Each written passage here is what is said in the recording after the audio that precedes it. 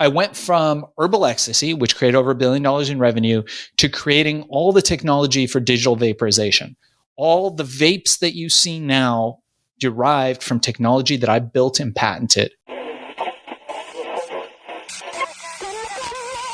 And now, Escaping the Drift, the show designed to get you from where you are to where you want to be.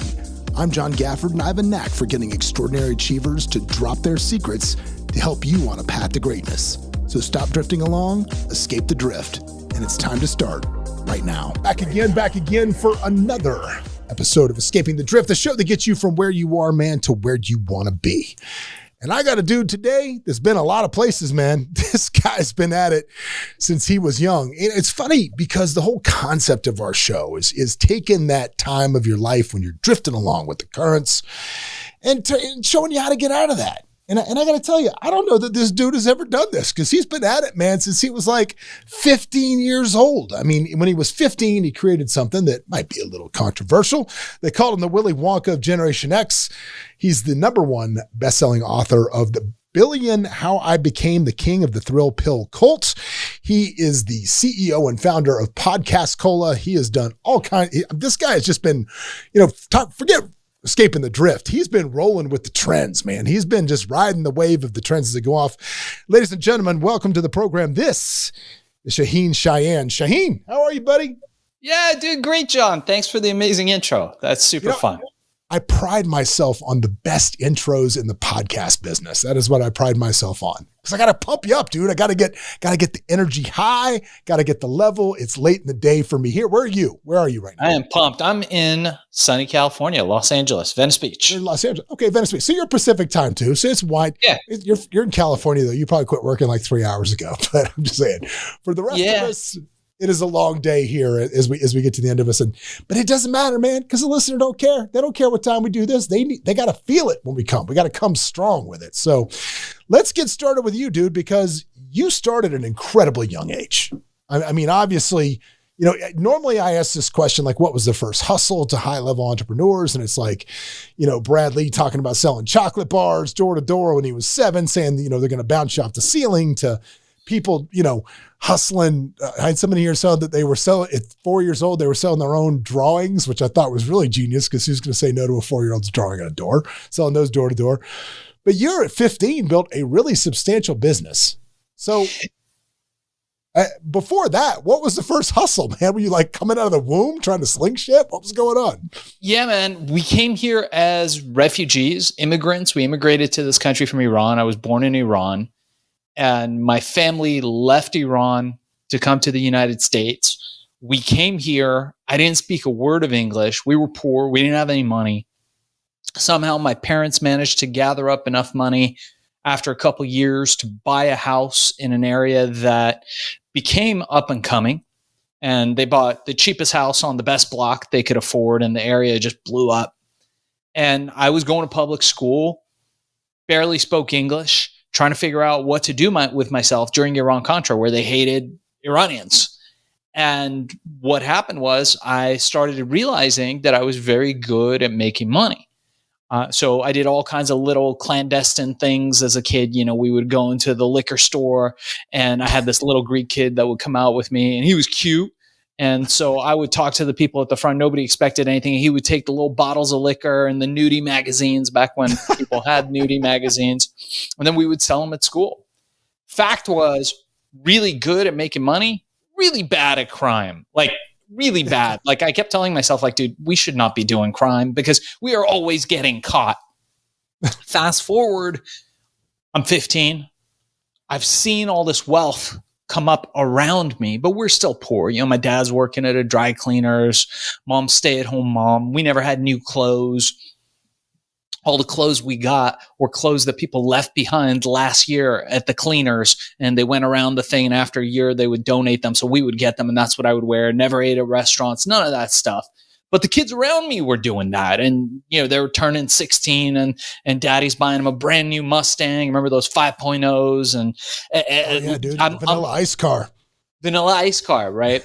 And later on, I went on to make a movie with Vanilla Ice, which is really funny. That's another story. But so I'm 15. I'm like, man, I'm hanging out on the beach. I'm looking around. I'm like, wow, look at that guy. He's got this beautiful car. He's got this beautiful girl. Man, look at all this wealth. I want that. How do I get that? So I go home, ask my parents. I'm like, Mom, Dad, look, like this life sucks. Like that guy, he's figured it out. How do I get that? And they're like, well, Shani, go be a doctor. You have to be a doctor. It is the only way to get wealth. And I was like, oh, fuck, okay. And then somehow in their middle class minds, they were like, well, the only way up for us is to become doctors because doctors seem to have money. So they're like, go talk to the guy next door. I go next door to talk to the Iranian dude next door who seems to have money. And I'm like, holy fucking shit. Dude is bald. Dude is fat. He looks miserable. He's smoking a cigarette out of each ear. The wife comes out. She's bald. She's fat. The kids come out. They're bald. They're fat. Everybody's fucking miserable. And I'm like, bro, like, if this is what it takes to get to that, I'm out. So I bailed. I left everything I knew with nothing but a backpack and went out in the world to find my fame and fortune. So you split on the family. I got to tell you something, man. I'm going to throw this out there. You probably heard this before. I got a reoccurring theme on this show. I've had Ari Rastegar, who's the Oracle of Austin. I've had a bunch of dudes that have the same story as you from Iran, the same story, right? It's the same thing over and over and over, this story. And it makes me wonder something that I got to kind of say aloud. How in the fuck did they take over that country from all you hardworking people? Like how does that even happen? Because dude, everybody I know that came out of that situation, right? That just told the same story you had, that said it's always like this. It lit this unbelievable fire of desire to be successful inside themselves, man. Bro, look, I got a friend who's got a kid. And this kid is a good-looking kid, smart kid. Nothing bad to say about this kid. But you know what he is? He's comfortable, John. He's not rich. Oh, yeah. He's not poor. He's comfortable. He knows that at any time he can walk out that door and go to Chipotle and get one of those burritos and sit there and just watch people go by. Unambitious, but comfortable. Mm-hmm. That is a luxury that I did not have the pleasure of having. And so in lieu of that, I had hunger. A lot of us did. If you look at people coming out of Southeast Asia, Vietnamese people, Pakistani people, Indian people, Persians like me, a lot of us came from nothing.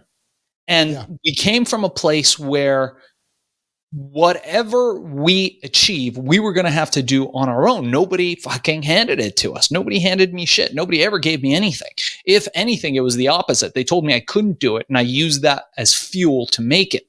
So when it came time to seize those opportunities, that's where we are, right? Your question about the country is a much more complicated question having to do with geopolitics. And in general, you can think of it like this. No matter how ambitious you are, a syndicate of criminals is always going to be more ambitious than you.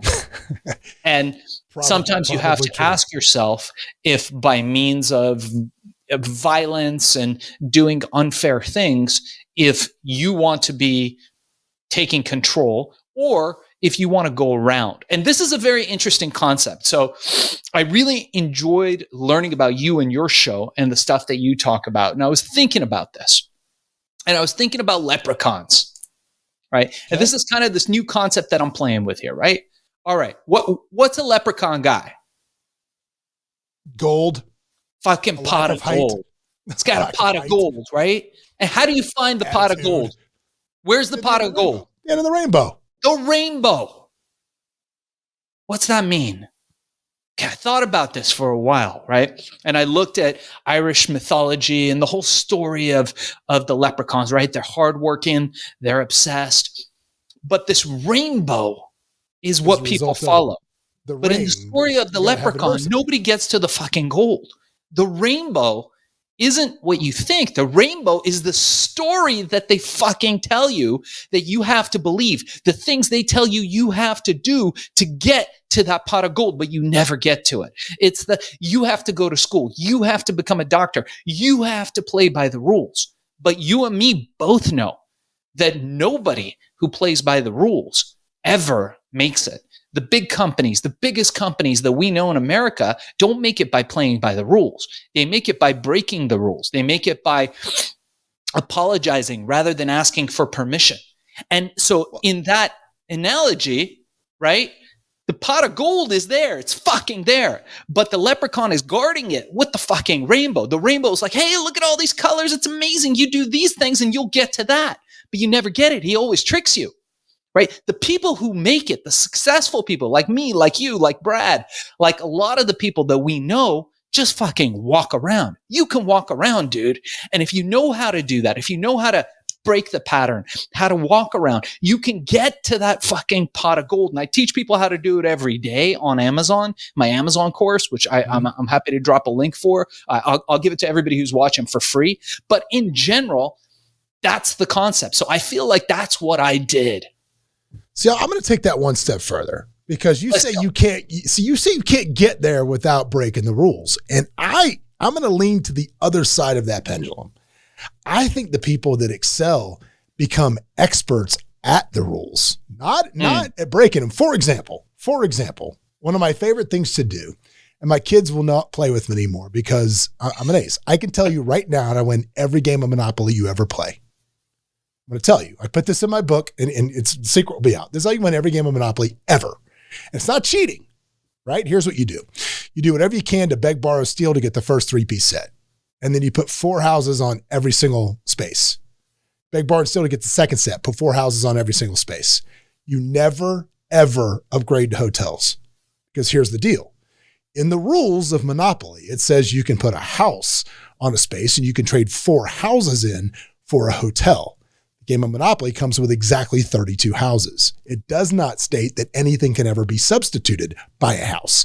So if you never upgrade to hotels, you create a housing shortage, you fuck everybody else up, and then you just sit there and collect rent. And it takes a long time, but it's impossible to beat somebody that just sits on all these houses. There you go, buddy. You're going around the rainbow. I'm just saying, but that's manipulating the rules. That's utilizing, just like Tim Ferriss in his book, 4-Hour Work Week, which is the Bible for most entrepreneurs, or at least at one point in your life it was. Tim Ferriss talks about winning the Thailand kickboxing match, not because he knew how to kickbox, but because he read the rules and saw that if you push the other guy out of the ring 3 times, you automatically win. And he's like, I don't know how to fight, but I know how to cut weight. He's like, cut weight like a mother trucker, weighed in, rehydrated, and just push the other dude out of the ring, much to the chagrin of all of the people in the audience. But hey, man, that's the rules. That's it. So yes, circumventing the rules can be advantageous, but I think the way sometimes can be through the rules. Yeah. I think we're talking about the same thing using different words. We are. We're not debating that fact. I think we're just adding a little bit more on top of it. But let's talk about, so at 15, you founded this smart drug thing. What year was this? Yeah. So I was hanging around the rave scene, the electronic music scene. What year is this? This would be the 90s, the early 90s. Yeah. Okay, right? Cool. Because I remember this. Yeah, I remember it. Do you remember it? Okay. Yeah. So I was hanging around the rave scene, the electronic music scene, and I was looking around going, man, who's making money here at these clubs? Not the people who do the clubs. They're broke-ass motherfuckers. Not the DJs, also broke-ass motherfuckers back then. Now they're rich. And who's making the money? Oh, it's the drug dealers. Fantastic. Okay, well, there's my answer. That's all I got to do. They've got the money. They got the cars. They got the girls. They got all the things. And it's fast. Perfect. And then I looked back and remembered that I was really bad at crime. You're the worst criminal ever. I should not be doing crime. So I decided that's not going to work. And it was in that moment when it hit me, if I could come up with a legal version, the big party drug at the time was ecstasy. If I could come up with a legal version of it made with herbs, because I knew there were herbs that could replicate some of the effects, I could get rich. So I went off, somehow begged, borrowed, steal. I had that drive, that determination, because I was sleeping on the beach on couches. You know, I was the definition of hungry, both literally and figuratively, and I just wouldn't take no. And I managed to create a formula. and get it out there through the club scene, distribute it through the clandestine drug dealers at the time that were out of inventory. I was at the right place at the right time. And that's another thing that I believe, that if you put your mind to it, you can put yourself at the right place at the right time and create your own luck, which is what I did. And again, walked around the fucking rainbow. Nobody knew that you could utilize a clandestine operation of drug dealers across the country as distribution for a legal pill. And we created over $1 billion in revenue, well documented. And it's funny, I've been doing a lot of podcasts lately, and it's interesting in the comments, because I would think that people would be real righteous and they'd be like, man, it's terrible that you're having people take pills and da-da-da. The number one comment on the shows that I've done some of the biggest ones out there, is this guy's full of shit and he's lying. He's making this up. Well documented. This was pre-internet. I was on the news and the clips are online. So you can see it. It was published. So I can remember back in I was in the rave days back in call it 93. We would go to the Edge in Orlando and, all night raves there, whatever, blah, blah. But I remember it's a smart drug, bro. It's a smart drug, this smart drug. And you would take like a pill and it'd be like niacin and turn you like beet red in 2 seconds. You're like, well, this is super fun.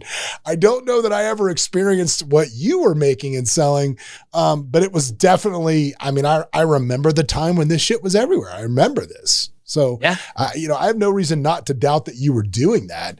But so at some point though, look, you generate that kind of revenue with something that people are ingesting. You piss somebody off at some point. Who'd you piss off?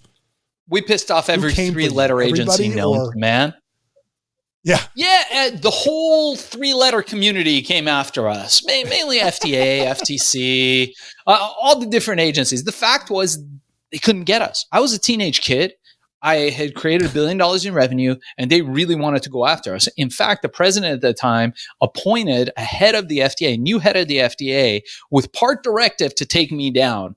And he went on national TV back to back with me and Sam Donaldson. I was on the show. He was there telling America, look, the horse is out of the cart. Nothing we can do about this now.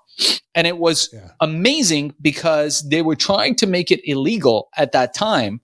But it was legal. Nobody had precedence for what we were doing. And we were making money, day after day. The economics of it were ridiculous. It was like printing money. A pill would cost me 25 cents to produce in bulk. I have multiple manufacturers making it. We were selling it for $20 to $25 cash every single day. So back up. I have a question about that. So you're 15 years old. You had to have gotten a partner or some partners of some sort of age that were helping you source manufacturing, figure this out. You're not a 15-year-old kid going to China and going to a manufacturing plant and getting this done. Well, this was back when things were made here in the U.S. in the 90s, if you remember. And supplements are made here in the U.S. We made stuff here? When did that happen? Yes, sir, we did. We did make stuff here. And it's coming back. Okay. I'm pretty excited about seeing that. But yeah, things that are equipment intensive, not labor intensive, can still be made in this country better and cheaper than China, I would argue. So the answer to your question is no. That's what employees are for. Place? Was it a no? But who was making this? Was it a nutraceutical place? Was it a supplement manufacturers? Supplement manufacturers. Yeah, supplement manufacturers. I had the formula. I figured out the formula. They would order the ingredients. I would tell them what's in it, and they would put it in pills. And the pills were beautiful. They were little blue pills. They had a butterfly and an E on the back. We had them blister packed. They went in these beautiful little pyramids, and they would be sold all over the world. It was probably one of the biggest supplements of the time and one of the most profitable, I think, of all time. The precursor to the truck stop stamina pill is what you're telling me. Yeah. For some reason in my memory, I think those always existed. I think those always existed. Know. Yeah. Who knows? But did you find a partner that was helping you with this? No partners. I just had employees, man. What's that? How'd you find it? Look, I started grassroots, but remember the economics of this, John. I was making this for 25 cents. I was selling it for $25 cash. If I sold 1,000 units, that's $25,000 with maybe $1,000 in expenses. It's extremely profitable, like printing money. all cash business. It was spectacular. I didn't need any investment. So how old were you when that fell apart? With all of the 3 liter friends? It fell apart very gradually, right? It depends what you mean by fell apart. I mean, it went on through most of the 90s. Yeah. The fact was that, eventually I sold the assets of it and kind of walked out just because it was getting too much for me. Different agencies were after me. We had a couple people from the Japanese mob try to, get their hands on the company because we were big in Japan. And eventually I was just like, dude, you know what? I'm going on to the next thing. And I got rid of the assets and then moved back to what I was really good at, which was developing products and getting them out there. Yeah, obviously with that experience, I mean, when you see it, you see that you've done that, and then you see the rise of Amazon. So you obviously saw an opportunity there to kind of make a pivot in a way that made sense, I guess is a good way to put it. Yeah. I went from Herbal Ecstasy, which created over $1 billion in revenue, to creating all the technology for digital vaporization. All the vapes that you see now derived from technology that I built and patented. That company went public, was one of the first vape companies to ever go public before Juul, before any of that other stuff. And I exited that company around 2006. And roughly, what's that? Which company was that? Because I thought I watched a Netflix deal on the Juul guys. I saw that too. Dude, they totally ripped off my whole thing. It was amazing. I was watching that going, oh shit, that's my pitch. I was like, oh my God, that's all shit that I built. So, and I patented it and the company went public. It was in 2006, 2007. It went public. The company was called Vapir. What company was that? VAPIR, Vapir. Yeah, we made the best freaking vaporizers on earth. The first one was like size of a ketchup bottle. And then it came to the size of a cigar. Then we got it even down to here's the deal. Just if you're listening, I'm gonna get because some of the stuff is wild, man. I'm getting the names. So if you don't believe it, fucking Google it. That's all I'm gonna say is if you don't believe what's coming out, I know it's a lot and it sounds like a lot. It was a lot on paper, and I was like, man, everything he says, I'm gonna make sure it's Googleable. So look, we have a high level of integrity here at the old Escaping the Drift podcast, and so it's Google it. Google it if you don't believe it. Keep going. I'm sorry. Keep going. Yeah, no. So I wrote a book on vaporization, built that technology for digital vaporization. And then from there, I moved on to doing Amazon. And I was watching this little guy who had his office on some cinder blocks and a wood desk from Home Depot, this guy, Jeff Bezos. And I thought to myself, man, something to this. And then I looked at it and I was like, man, this guy is not a nerd. This guy is one of the smartest guys in the room, and he's using Wall Street money, big Wall Street money, to do something that's never been done before, to remove all the friction points for both buyers and sellers. What he did was he went out and basically grabbed Walmart's head of logistics and fulfillment and said, here's a blank check, build me the best fulfillment logistics company in the world. And that guy did it. Amazon's not an e-commerce site. It's a logistics company.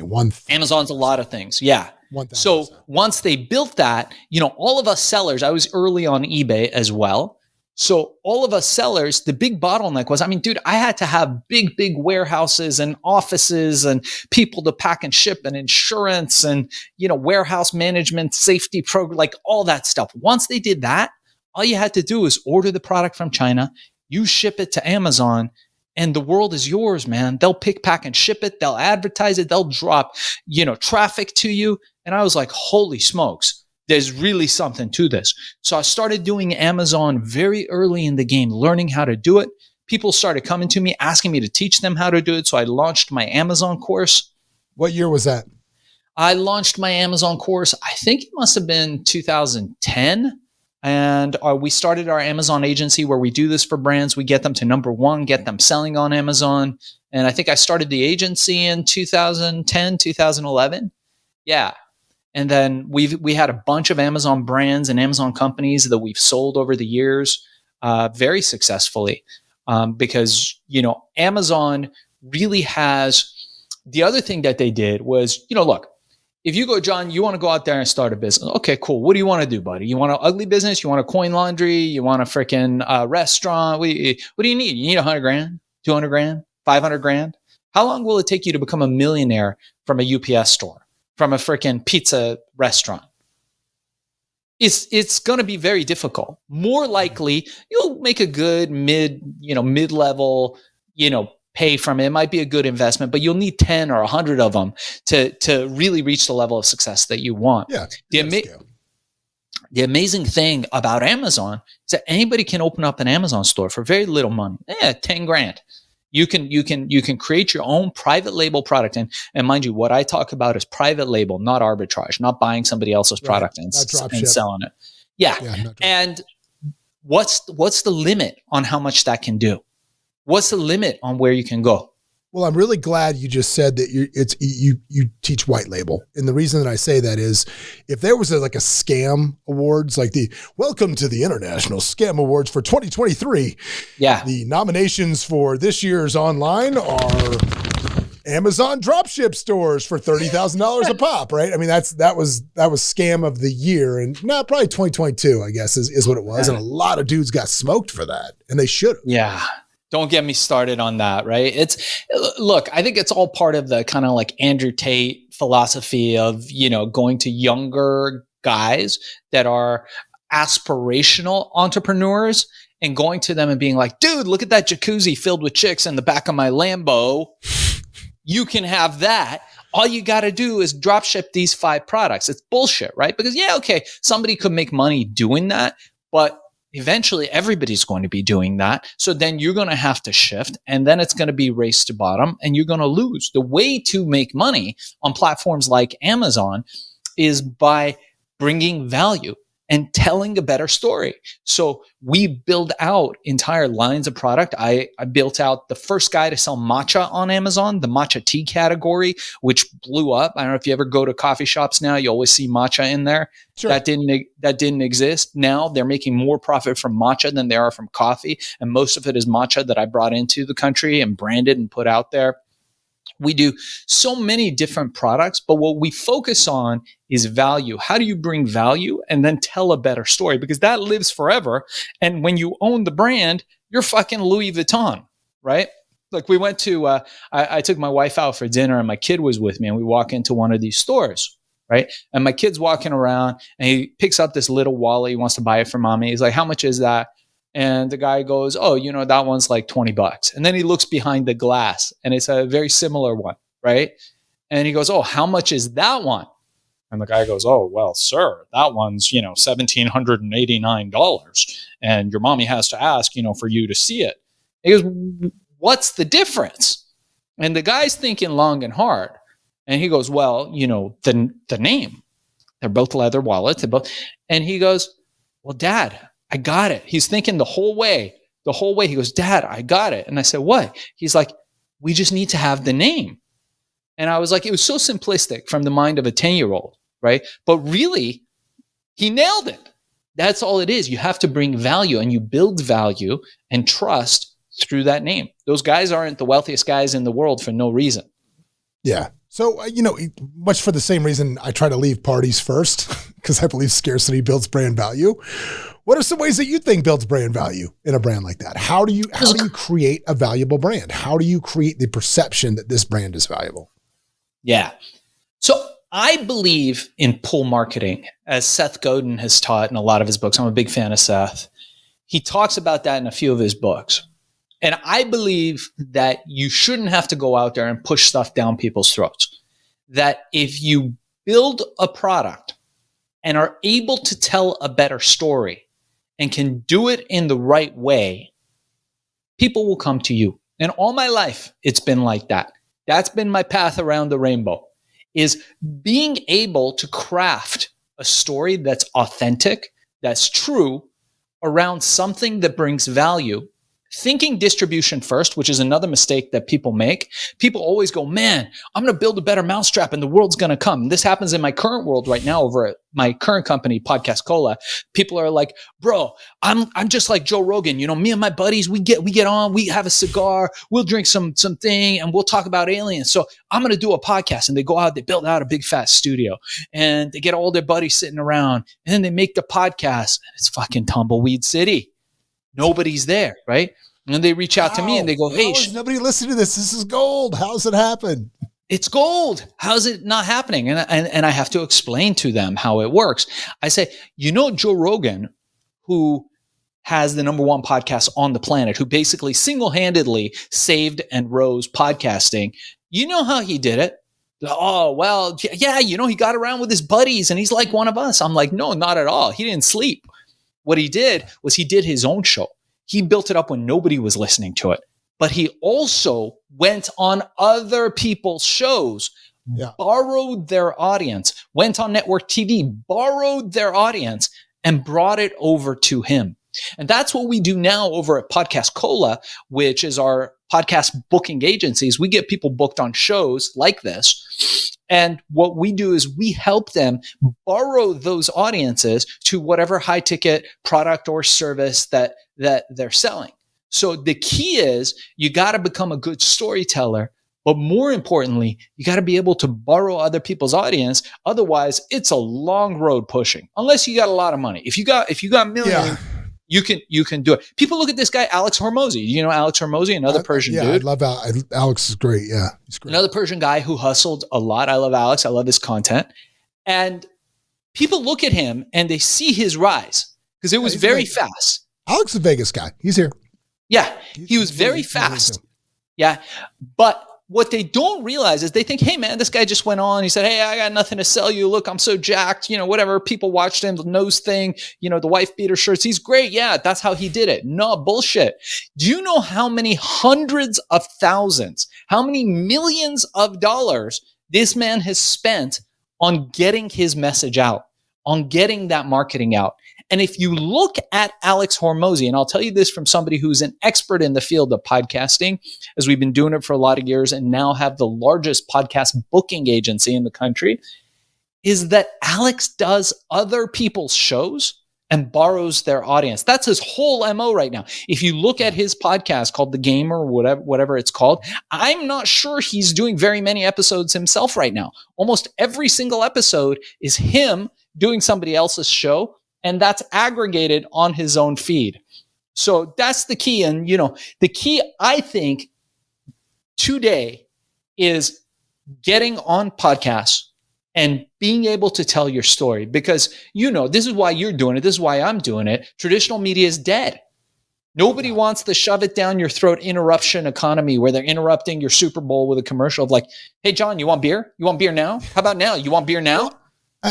I think when it comes to podcasting, right? Like I just randomly the other day I was on the treadmill and I was like flipping through all my episodes. And I was like, fuck, episode 2, back when this was called The Power Move. And I did it with a couple of my buddies. And it was literally, we started doing this just because we were at a bar one night shooting shit. And the waitress thought we were funny and said, man, you guys should have a show. All right, let's do a show. I don't care. Let's do it. And that's how it started. And I listened back to that and oh my God, it was terrible. I mean, it was just, we're talking over each other the whole time. Just, you know, there's just, it's a mess. And I'm like, I put this out. And over the 2.5, 3 years now I've been doing this, it's a lot of work. I mean, we were doing this for 8 people for a long time. You know what I mean? And it takes a long time to build that audience. And I completely agree with you on leveraging other people's audiences to grow yours. I mean, when we look for guests here, you know, some people monetize their shows and they monetize appearances. I don't do that. I know it says so on my website that we charge to be on here. And I do that just to filter people out, but just to try to keep the requests down. But for me, like if I like just for those of you listening here right now, Sheyene did not pay to be on my show today. I genuinely thought he was interesting enough to somebody that I would want to have a conversation with and meet.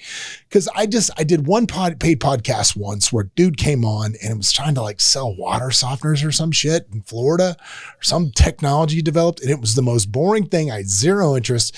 At the end of it, we cut it up and I watched it back and I have a lot of ability in a lot of things, but feigning interest, not one of them. Like if I'm bored with you, I can't fake it. I'm like, dude, I'm bored. Right. And you could just see me just like melting it behind the microphone when this guy was talking. I'm like, oh my God. And when it was done, like I sent the guy's money back and then we sent him all the footage and I said, dude, I'm not going to post this. Like we're not putting it up. I didn't feel good about it, but I do it for several reasons. Number one, because it's great exposure for us. Number two, it's good exposure for the guests. Number three, I can grow my network like you just said. If somebody wants to come on, very rarely will I have somebody, like when I look at you and I look at when somebody who's come on, I look at all their social media handles and it's easy to see the ones that are bullshit. Like, oh, I have 500,000 followers. And then you look at their videos and all of like, this content makes me happy. Oh, great content, good video. It's like, dude, this is all bullshit, right? Like I can see that. So I'm looking for people that have a genuine following because I made the mistake years ago of buying an audience because that's what somebody told me I needed to do. And, I fought that battle for years trying to sift those people out. And I think we finally done that. So now I'm down to a real audience, which is nice. But for me, like, I've kind of laid this plan out. Maybe you tell me if it's right or wrong. I think it's right. I think what I'm doing is right because I've got a book that is now with the beta readers with the publisher. So the 20 people are now reading my book as we sit here. Hopefully they're liking it or at least telling us what needs to be fixed before it comes back. But it's with a focus group right now through my publisher. And when it's done, so my thing is like when that book gets ready to roll, I will be going on like hell-bent, like full-on 6 podcasts a day, every day. But I've been saying no to everything for like the last year and a half. I've not been on stage speaking in probably a year and a half. I've not been on another podcast. I just say no to literally everything. Just because I'm like, I don't want to do that, shoot your trajectory and then you're gone. And then I don't have it, because I'm obviously when you do this stuff, you really should have something to sell. You should have an angle to it. There should be an objective to everything you do. So is that right of me to hold that back? Is that right of me to be saying no? I think it depends. So I tell people all the time, the way that we work, a good friend of mine, Wayne, came up with a framework for strategy. We always talk about this. So objectives, strategy, tactics. We work top down. So objectives, what are you trying to achieve? So you're very right in that your consideration is, hey man, I've got no objective, so I don't need a strategy or tactics to implement. But however, let's say if your strategy was to build content, gain authority, and to become an expert in whatever niches that you want to be in. Well, if that was the case, then we would build a strategy around that. So I would look at, hey, why do you not want to do these shows? Is it a time thing, right? Is your time more valuable spent somewhere else? Or is it just because you want to hold back because you feel there won't be shows if you do them all the time? For that reason, for you in particular, I would think, and this is just my gut, is that relevancy is more important. And you are doing something that you want to promote, which is your show. So I would recommend doing it. I would recommend building that content. Now, you do so many shows that you are getting content out there already that's unique, that's produced well, that's your own. So you probably are different from the majority of people out there who are producing nothing. Most people put nothing out into the world as far as content goes. You're producing great content. You have interesting people on. Your show's killing it on Apple and Spotify. You've got tons of downloads, so you're doing very well. To your point about monetization, there's other ways to monetize around brands that you believe in. But I agree with you. And I in the industry that we're in, podcast booking, people come to us, we get them booked on shows. Yeah. I tell 100% of my clients, it is against my religion to pay to be on a show. There's agencies that do that. If you want to do it, you got a specific show and you want to do that as my client, I discourage you from doing that because it sets a bad precedence. Exactly like you said, like with the water softener guy. The guy's not going to be interested in what you're selling, what you're doing. He just wants your whatever it is, $5 grand, 10 grand. It no longer becomes an organic conversation and it stops being that. And one of the reasons I do that, I don't have anybody on here that I wouldn't want to have a beer with, right? That's my, my Steve Simsism. My Steve Simsism is when I see everybody in my circle, if I was to be walking down the street and they were across the street and I saw them, would I walk across the street and say, let's grab a beer? Or would I put my head down and go the other way? And if I put my head down and go the other way, I don't need to be around that person at all. Yeah. And I love that. That's his little ethos. And it's kind of the same way with me here, right? Because, dude, you spend an hour talking about somebody's favorite subject, which is them. They're going to have some sort of affinity towards you at the end of it because it's hard not to. I'm really not this likable. It's just, we're talking about you. That's why it's like a master trick we do here on the old podcast. It has nothing to do with anything else, but that's all it is. You're pretty likable, buddy. I do. You know what? It's all a lie. It's a facade. I'm not that likable. I'm just kidding. It's a facade. But I like that philosophy of not paying for stuff. So how does someone become podcastable? That's a word. Yeah. Look, I tell people this, and I will say this. All right. I'm going to give you a stroke real quick as you answer this question.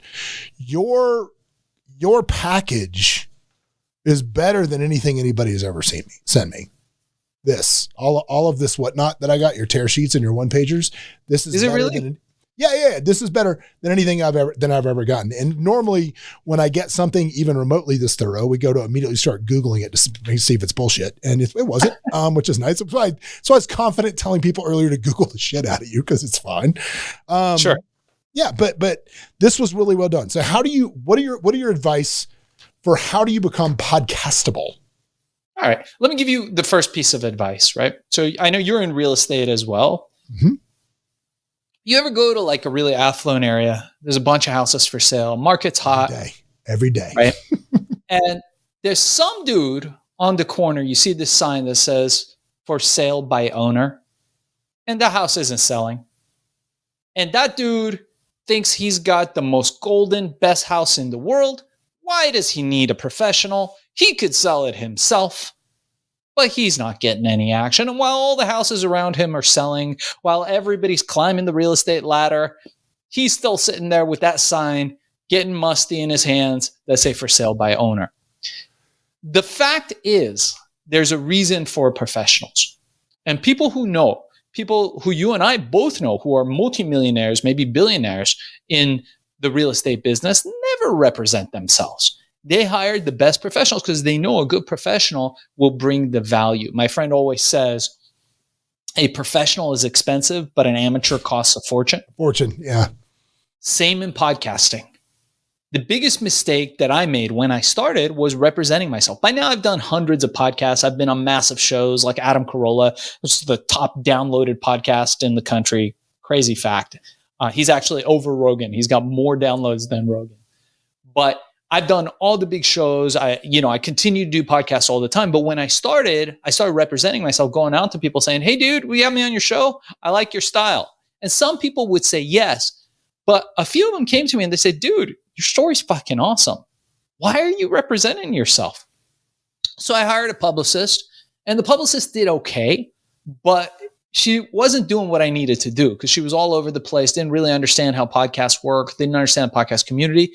So I started my own company, and that's Podcast Cola. We started Podcast Cola as a way that everyday people and celebrities and people that are authors, speakers, people that sell high ticket products and services could get featured on these shows. And what we do is we structure an entire podcasting strategy. It's cheaper than you would think. We're a rounding error for most of our clients for the value that we provide. And we get people booked on unlimited podcasts. So you can keep every day busy doing shows if that's what you want to do. And never one time will you ever have to pay for being on any of the shows that we book you on. Mm-hmm. I'm going to use that. How much do you charge? Dude, I'm a rounding error for you. What are you talking about? I'm a fucking rounding error. Oh, that's good. But are you telling me that everybody has something that is it just a matter of packaging from your end, or or is there something that in particular you would want to do? No, some people are fucking boring and we don't take them as clients. However, yeah, and people laugh at me. My wife laughs at me. She's my partner in this company. She's a big time real world publicist. Used to work for Kofi Annan, United Nations. She's done mega things. And she laughs at me because I oftentimes tell people, dude, I don't think we're going to be a fit. And the reason for that is I really believe that if you want to serve people, you got to take people who you know that you can under promise, over deliver for. And you got to come to everything you do with excellence. And that's how we approach every business that we do. So if I don't think I can serve you, I won't. But the fact is, with podcasts, people are interested in interesting stories. People don't give a shit about your water softener business. Right. And I get the ones that we turn down oftentimes are like, hey, this is XYZ Corporation. Can we get our senior VP and then maybe our publicist and then the third person? I'm like, no, nobody cares about your company. What they care about is the CEO. That dude's got an interesting story. He built this thing from nothing. That's what we want. We want that story. Right? Because at the end of every deal, and you know this too from the businesses that you're in, there's a human. At the end of every sale, there's a human. At the end of every action, at the end of everything that we do, person to person, there's a person. And people care about other people and interesting stories that move them. So if you have an interesting story, we can sell it. We can get you on podcasts to put your message out. Now, what you do with that is up to you. You know what I find, man? I find that everybody has some interesting story. And I feel like sometimes you just got to extrapolate it at them. I feel like some people have a not interesting story that they think is the greatest thing ever, and you've got to sit through it ad nauseum. But I think if you really think about it, man, if you're of a certain age, everybody's had something happen. Like you've had something interesting that you can talk about. Yeah, I'll put it to you this way. Let me rephrase that for you a little bit.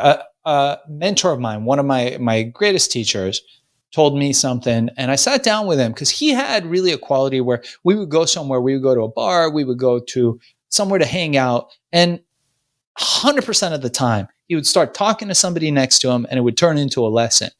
And he told me, everybody you meet will have something to teach you. And I really like that. And I think from your words, that's what I'm capturing. Yeah. Well, what was that? There's a quote somewhere. I don't know what it is. Like everybody's a teacher. Everybody you meet is a teacher. There's actually a famous, I don't know what it is. There's a famous quote. I don't know what it is. Well, we'll go from there. So let's shift gears a little bit, dude, because I want to ask you this. Because as the father of two kids, and much like you said, my kids do not want for a lot. We try to create as much manufactured adversity as we can into them. Yeah. As manufactured adversity. It's always my biggest fear to raise worthless kids. That is always my biggest fear. You just mentioned you have a kid. Obviously, you're not hurting for much. So what are you doing to not make your kid, Veruca Salt in the frickin' Willy Wonka? What are you doing? Very common conversation. And I have this all the time. And I love your concept of manufactured adversity. So I think those are the things that we have to do, right? Because now we're rich people. And, coming up, I wasn't rich. So my kid is going to be a rich kid. He will have access to money. He will have access to wealth. And that's good. He can use that to his advantage to propel himself in the world. How does he not become an asshole? He becomes not an asshole by doing difficult things that challenge him, things that push him. So we're big on martial arts. One of our deals are, when I was a kid, I was a big fan of Bruce Lee. Right. And I got Dao Jeet Kune Do, which was Bruce Lee's book. And I decided that I was going to become just like Bruce Lee, a martial artist, because I watched his movies and I was like, man, he got beat up just the same way I did at school. He was discriminated against, and he really made it up despite all the facts. There was never an Asian star that made it into the mainstream until Bruce Lee did. Bruce Lee was the one who broke the mold. And so I went out and I sought out Bruce Lee's partner and teacher, this guy, Dan Inosanto, at a studio here next to me. And my kid still trains there. So my kid trains Brazilian Jiu-Jitsu. My kid trains mixed martial arts.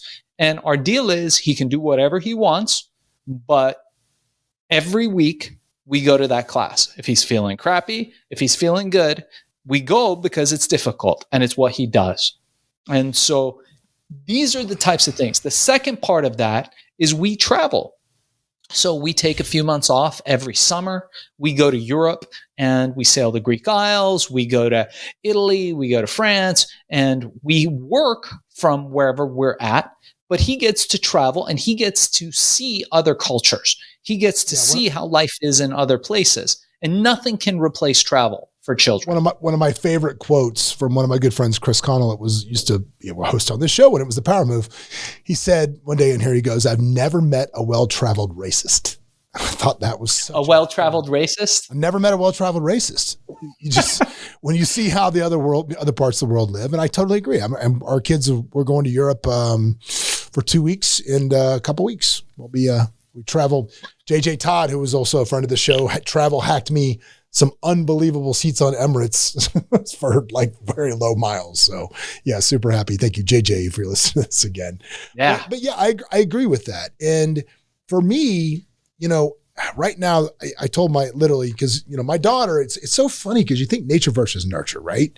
And you think two exact, kids coming up in this same exact scenario, but couldn't be more polar opposite, right? My son is very affable, very laid back. My daughter is like the most tenacious person you'll ever meet. Like she just decides, like, I'm going to accomplish this, and then just does just tunnel vision, bam, just runs to it, which creates, when she doesn't get there, it creates a hard fall for her, which is probably good for her anyway. But my son, has fallen into it's like there's easy and there's hard, right? Yeah. And this is true all through life. There's easy and there's hard. If you do the hard first, then life is easy. Or you can do the easy first, or you can go easy, and then the hard is way harder than it would have been if you just did the hard up front, right? And so I told him the other day, like, we're not doing 90 hard. We're not Andy for selling it, but we're doing the summer of hard. And we're going to instead, we ain't sleep until noon this summer. I said, look, you're 16. I got to tell you're 18 to like really man you up and get you ready for the world. So we're going to do the hard first every day. You're going to get up and get in the gym every day and do the hard first. We're going to, every day, it's like, he's like, well, I want to go do this. Okay, cool. What are you going to do to earn that? Everything is hard. And it's been kind of eye-opening for him, but it's so funny. You can see even in the smallest things, man, when you do it that way, I can see the self-esteem just growing in him daily. Yesterday, dumbest thing in the world, right? Okay, today, because I was furious with him on Monday because we were going to a dinner to celebrate his sister's graduation from middle school. Yeah, it's a thing, I guess. Not when I was a kid, but now it's a thing. And we're getting ready to walk out the door to a nice dinner. And he goes, I don't have anything to wear. What do you mean? Nothing fits me anymore. This is not when you tell me that. You should have already known this, right? So the hard yesterday was, and you're talking about he hasn't done this in years, clean out all of your drawers, all of your closet, get rid of all of it, and then be part of the solution, not the problem, and make a list of what you need to buy. I want how many pairs of pants you need, how many pairs of jeans you need, shorts. I want a list that we can just check off the list because that's how adults work, right? Kids go, I don't know how many clothes. Well, you can buy me some clothes. We're not doing that anymore. You're picking this shit out. And it's stupid, but like when I got home yesterday, he was like, Dad, come look at my closet. Come look at my closet. And you're like, yes, because you're just doing something that's inconvenient and hard first. So I'm going to flip that mentality. I had 2 years left with him. I'm going to flip that thing as hard as I can. But it takes every day, dude. It takes every day. It's true. Do the hard first, man. Do the hard first. Oh man. Well, Shaheen, if they want to find more of you, man, if they want to connect with you, how do they find you? How do they locate you? So people think I'm crazy. I'm going to give you my email. People can reach out to me by email. My email is darkzess@gmail.com, darkzess@gmail.com. I personally respond to every single email. It might take me a minute, but I do it. I pride myself on that. If you're interested in being featured on great podcasts like this one, check out Podcast Cola. That's podcastcola.com, just the way it sounds. If you're interested in my Amazon mastery, learning how to create value in your own products, I'm just going to give that to everybody who listens to your show for free. It's a 1-hour course, teaches you everything from A to Z. Just mention the drift in the subject heading. Email me at darkzess@gmail.com. Mention the drift in the subject heading and that you want the 1-hour Amazon course. I'll give that to you. And you guys can check me out on social. We've got a show called Business Story of the Week. And you can Google me, Shaahin Cheyene, if you don't believe my crazy story. Google it. Oh, my book. I forgot my book. There's a film that's going to be made on my book called Billion, How I Became King of the Thrill Pill Cult. The book's on Amazon. You can get the audiobook on Audible. That tells the whole crazy story of this, but there will be a film made in the next couple of years, major studio, and we're very excited about that. Love that. Well, dude, thanks for stopping by. It was awesome to spend an hour with you here on the show, and come back anytime you want. All right. Likewise, man. We'll have to do it in person. For sure. Okay, guys. And remember, man, if you're drifting along with the currents of life, man, you're either somebody that's happening to life or life is happening to you. So you might as well stop drifting along and stand up and start walking. See you next time. What's up, everybody? Thanks for joining us for another episode of Escaping the Drift. Hope you got a bunch out of it, or at least as much as I did out of it. Anyway, if you want to learn more about the show, you can always go over to escapingthedrift.com. You can join our mailing list. But do me a favor, if you wouldn't mind, throw up that 5-star review, give us a share, do something, man. We're here for you. Hopefully you'll be here for us. But anyway, in the meantime, we will see you at the next episode.